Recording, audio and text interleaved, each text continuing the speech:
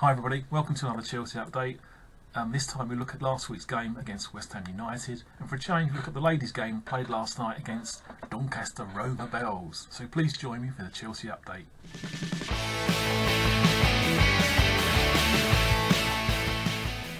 Hi everybody, welcome to the Chelsea update. My name's Steve Hadlow. Each week I try and have a fans look at Chelsea Football Club in different areas, and this week, as I said, we're going to look at last week's game against West Ham and the ladies' game that got played last night against the Doncaster Rover Belles. It's our champions' first game. As I said, I've never been to one of their games, but we'll look at that a little later on in this vlog. So last week's game was against West Ham United. It was a 2-2 draw. Let's have a quick look at the team, shall we?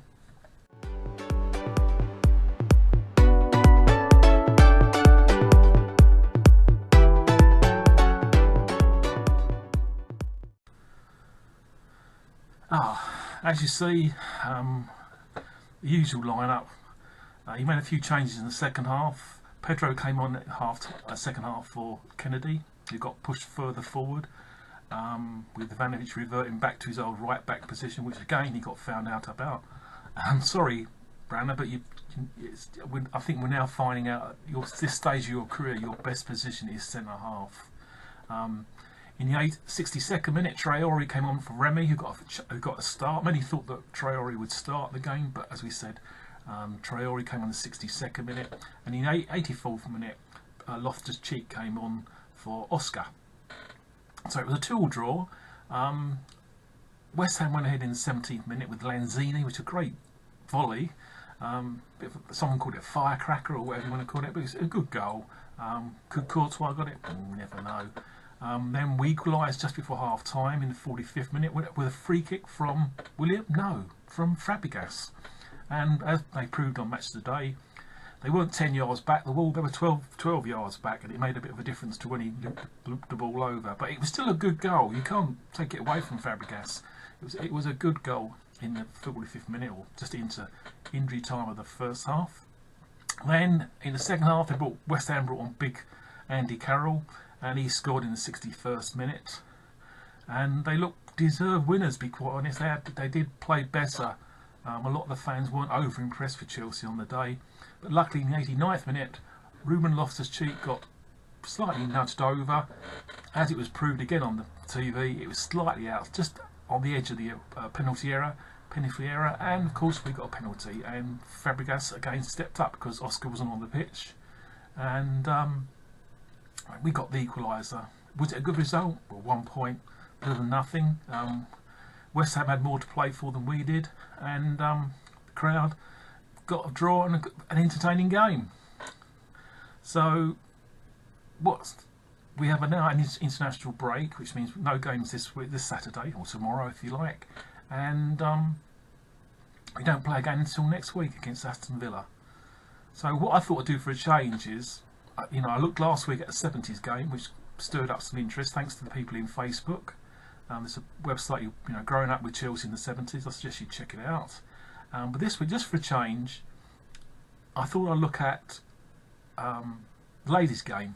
Before I go on, I just realised I haven't done the stats for the West Ham game, so I'm going to do it anyway. I don't care. It's an ad hoc vlog. I'm not trying to be professional. I'm not trying to be like some of the other guys out there. I make mistakes, and the stats were for last week, if you want to know. 59% for Chelsea, 41 for West Ham, 22 shots for Chelsea, 13 for West Ham, shots on target 5 for Chelsea, 6 for West Ham, corners 10-9 and 13-14. So my mistake. So we go back to the ladies, shall we? Last night the ladies were at Doncaster, and they won 4-1. Now they also played them on Sunday in their sort of FA Cup equivalent, and again they won 4-1. So just for a change, here's the ladies' team that played last night.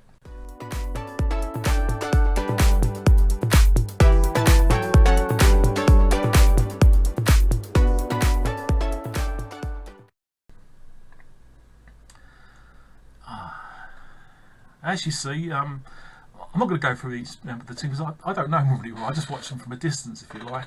I followed the game on BBC 5 Live, not 5 Live, on the BBC website, and they had the sort of text update of the game. I don't have BT Sport, but another 4-1 win.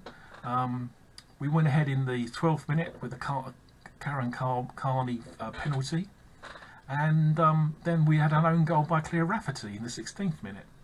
And in the 44th minute, captain Katie Chapman scored a goal for us, and in sorry, I got that wrong. Beth England scored a goal in the 23rd minute.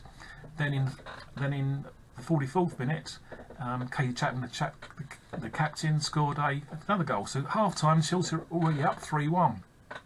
In the second half, Annie Aluka was getting quite well known, plus in media circles as well. She scored in the 85th minute. Chelsea website says 84, but I'm not going to argue over a minute, are you? And if you want to see the goal, it's on the Twitter stream that I do, Chelsea Update SH. I mention this every week, and you probably see it as a caption on the bottom of the screen. Apart from plugging this YouTube vlog, if you like, I also do daily update news of gossip, so it's worth checking it out. I don't have many followers, like watching this particular vlog. I don't have many people who watch this either, but it's just there. If you want something to, if you like Twitter and you want to keep up to date with Chelsea stuff, follow me, as I say, on at Chelsea Update SH is. The stats for the game, so you know, the home team had 34% possession, Chelsea had 66, shots 2 to them, 9 to Chelsea, on target nothing for them, and 9 for Chelsea. Corners 2 to 7, and fouls 6 to 12. It was a good result, the first game of the season. It's a league, it's called the FA Women's Super League.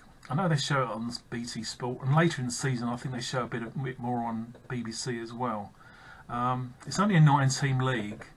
I know Annie Luca did a column on the BBC website, and she wasn't too impressed with the scheduling of the matches. If you looked at it, you saw on the caption, there's only over 1,000 people there last night. Not for ladies' game. They're trying to attract more people to go to matches. Planning them midweek or something, I don't think is a good idea. Weekends is probably a better idea, and perhaps they can think about that for the future. So as I say, they won 4-1. Kirby came on the 64th minute. I mentioned Gemma Davison came on the 64th minute as well, and Bailey came on the 74th minute as well for England. Beth England. So a good result, a good start for the girls. Try and, if you can, try and follow them. Even if you just do it on, you know, on the web. Check them out. Check out their Twitter stream. I put it up every week, and you know the girls. It's to them it means a lot just to get some support.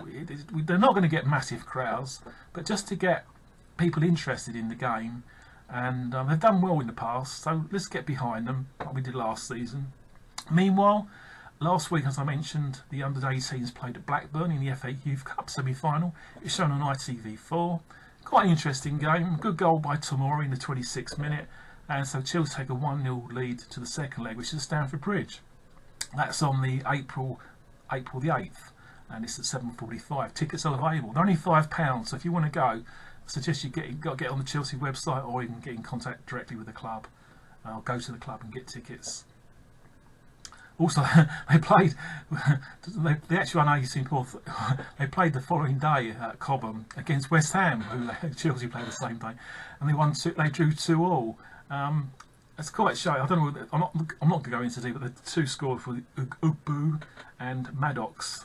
Got the 2 goals for Chelsea. So, in the space of 24 hours, the under-18s were a bit busy, you could say. I'm not going to go load of Chelsea, but that's all I'm going to do on Chelsea this week. I hope you have a happy Easter. I put up a puzzler, which I hope you enjoy, and there's also a poll which I put on YouTube as well, which nothing serious. Just have a go if you want. And I'll see you next time. Thanks for watching. This is Chelsea Update. My name's Steve Hadlow, and hope to see you again next week. And subscribe if you like, and if you like or dislike the thing, just press the button underneath the YouTube channel. Thanks again, everybody.